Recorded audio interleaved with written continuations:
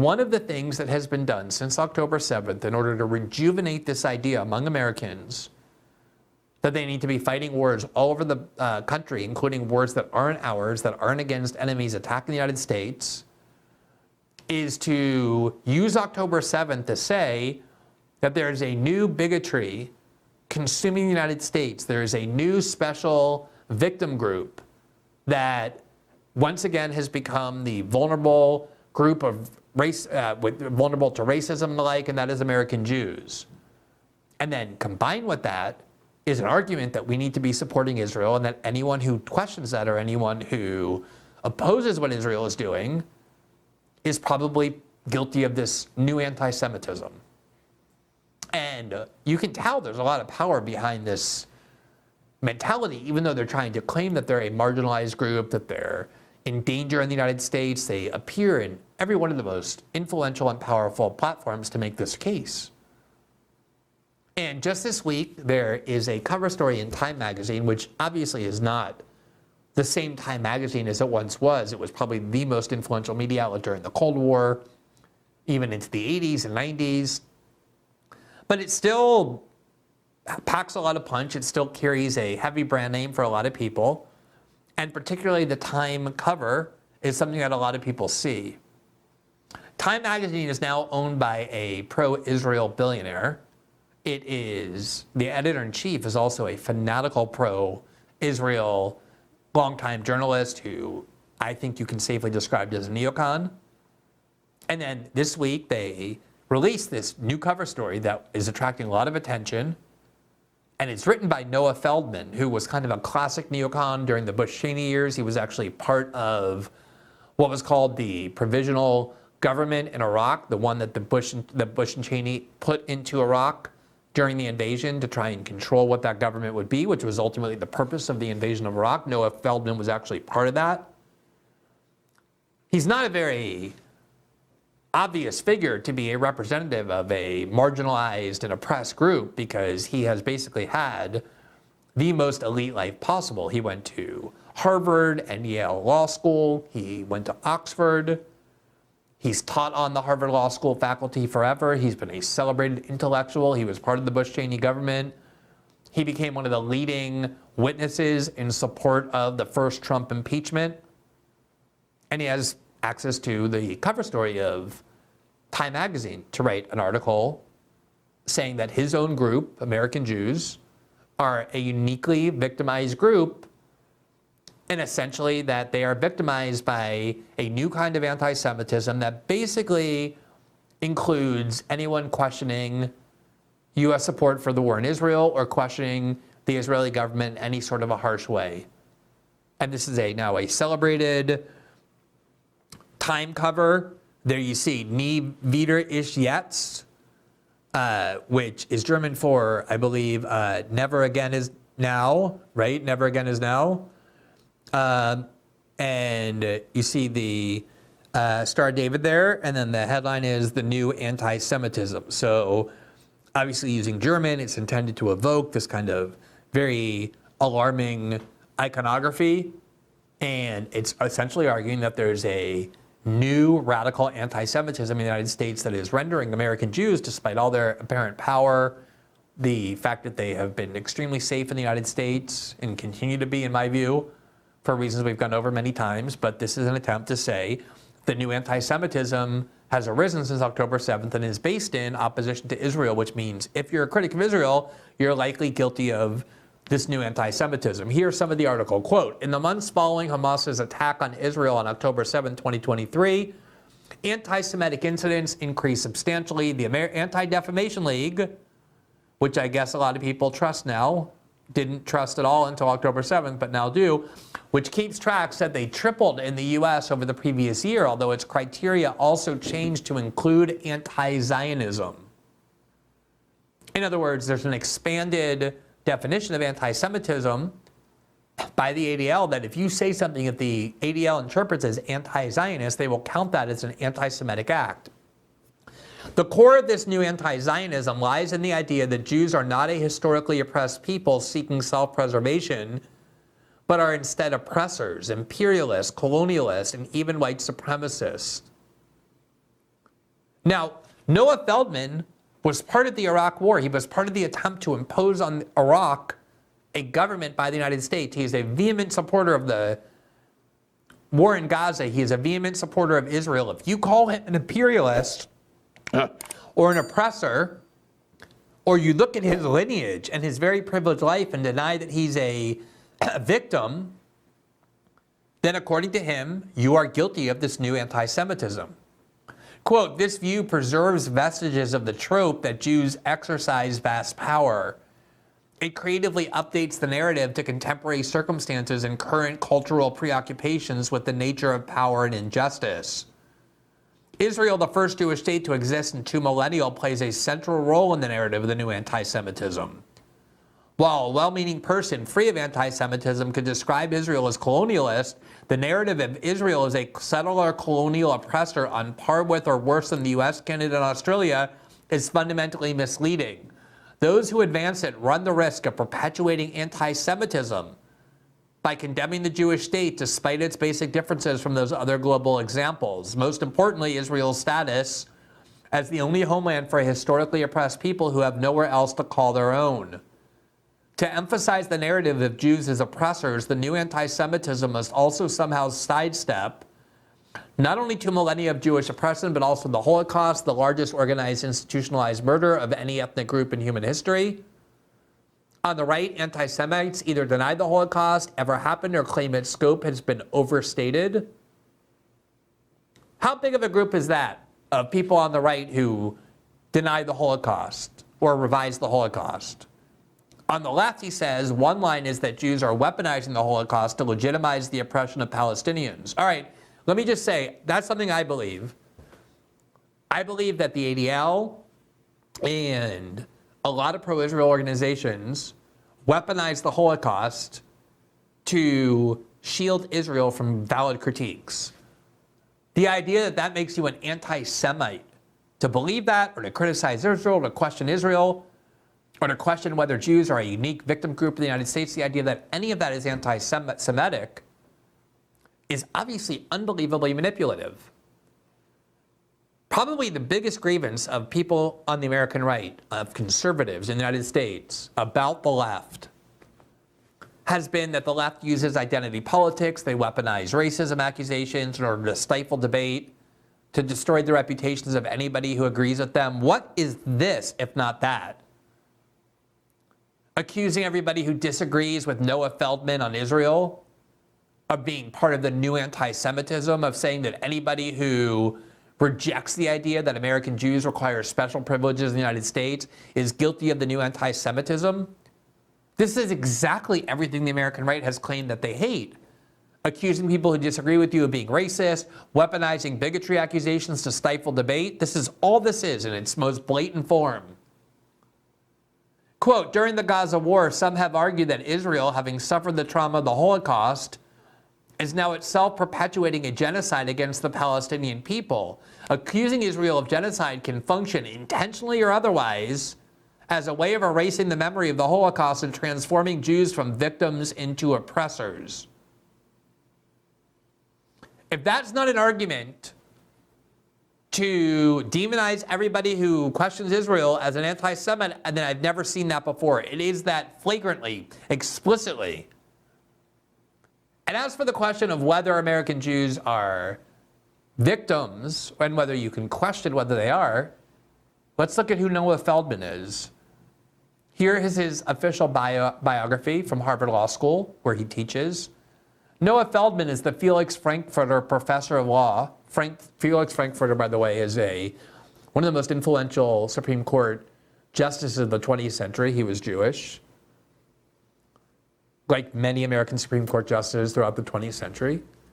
And Noah Feldman is the Felix Frankfurter Professor of Law, the chairman of the Society of Fellows, and the founding director of the Julius Rabbanowitz Program on Jewish and Israeli Law, all at Harvard University.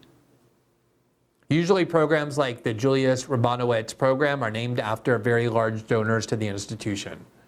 In 2003, Noah Feldman served as senior constitutional advisor to the Coalition Provisional Authority in Iraq, and subsequently advised members of the Iraqi Governing Council on the drafting of Iraq's interim constitution.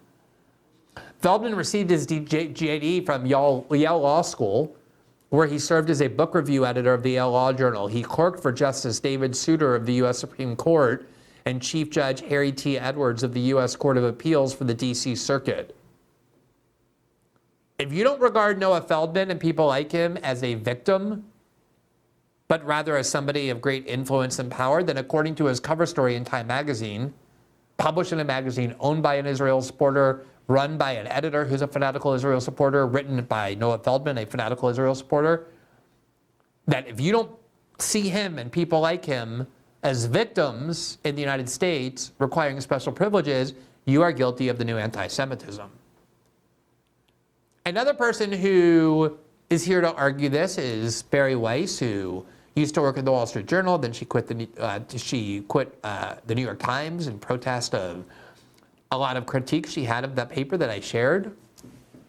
She then created her own media outlet at Substack, where it's producing many millions of dollars to great financial success. It's a hugely supported website. She's become extremely prominent as a spokesperson against anti-Semitism and on behalf of Israel. She has access to every major platform. She spoke this week at the 92nd Street Y, and luminaries like Jerry Seinfeld and other extremely wealthy supporters of Israel attended. Very hard to depict Bari Weiss as well, a graduate of Columbia, as some sort of a marginalized victim in the United States. And yet, she too was here to argue, not for the first time, that American Jews are uniquely vulnerable in the United States, that American Jews are endangered, actually, and that one of the manifestations of this anti-Semitism that American Jews are endangered by is the criticism of Israel, the questioning of whether or not the United States should fight, not only in Israel, but also for Ukraine, and in general, just the Neocon worldview that the United States should be involved in multiple wars around the world. The irony of her speech is that the 92nd Street Y had invited the Pulitzer Prize winning author who was critical of Israel and yet canceled his speech because he was a critic of Israel, and instead invited Bari Weiss to come and speak instead, just to give you kind of a sense for who victims are, who is repressed in the United States and who isn't. And here's part of what Bari Weiss said in outlining her foreign policy, what this new anti-Semitism is, and what all of our obligations are when it comes to Israel. The world is changing. The world that so many of us were born into. The world that we thought we were going to get our lives inside. That world is done. There's no going back to it. And the things that we took for granted, that America would always remain exceptional, not just for us, but for the world, and that Americans themselves would understand this as a place and as an idea worth fighting for, those are no longer certainties. Nor is the certainty of the free world itself, which is burning right now at its outer edges.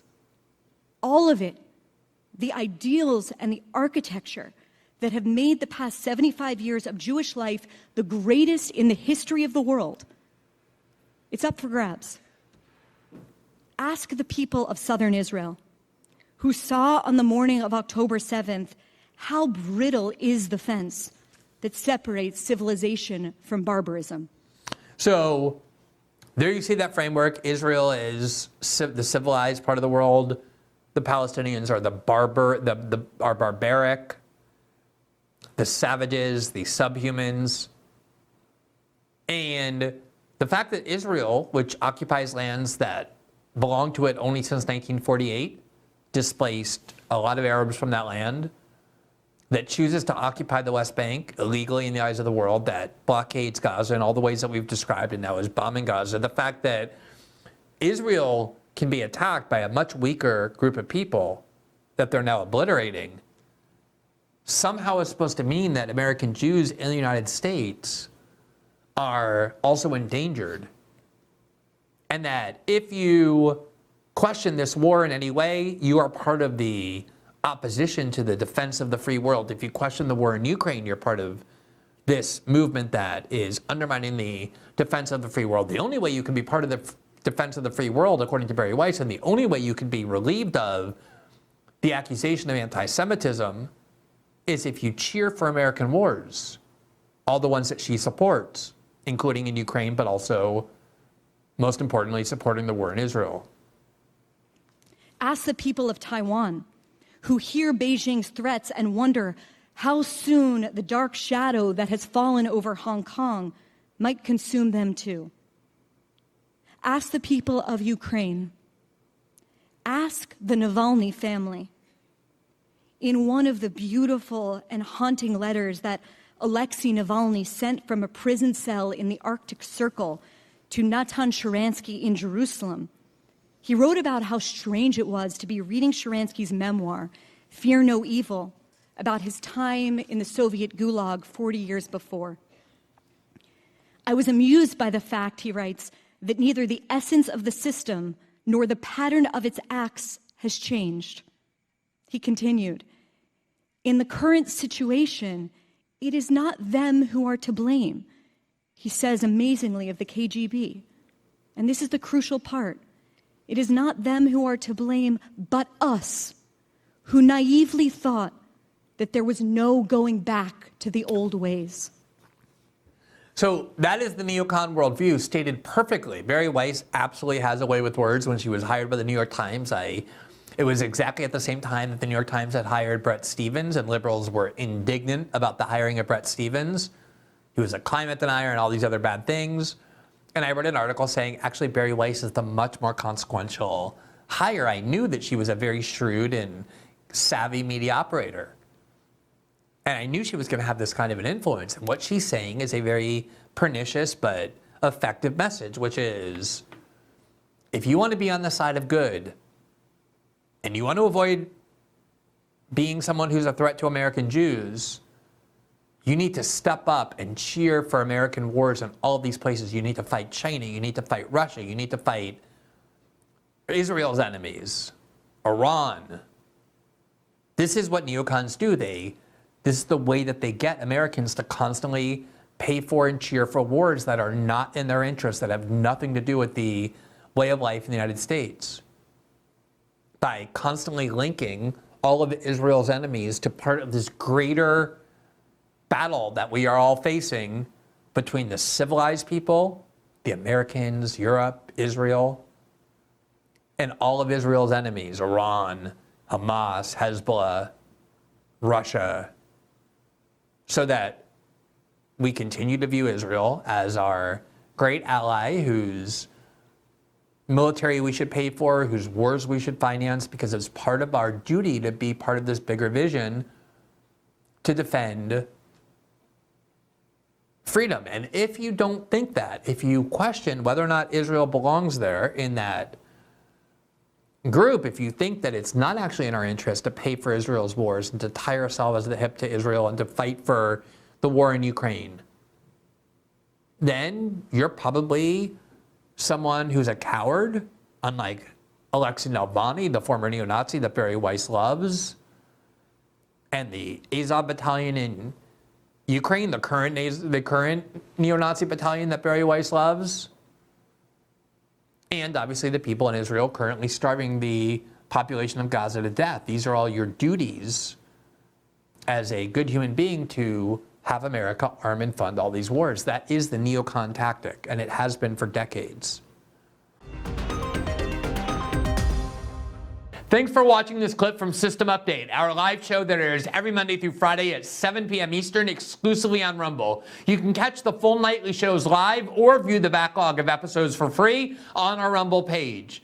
You can also find full episodes the morning after they air across all major podcasting platforms, including Spotify and Apple. All the information you need is linked below. We hope to see you there.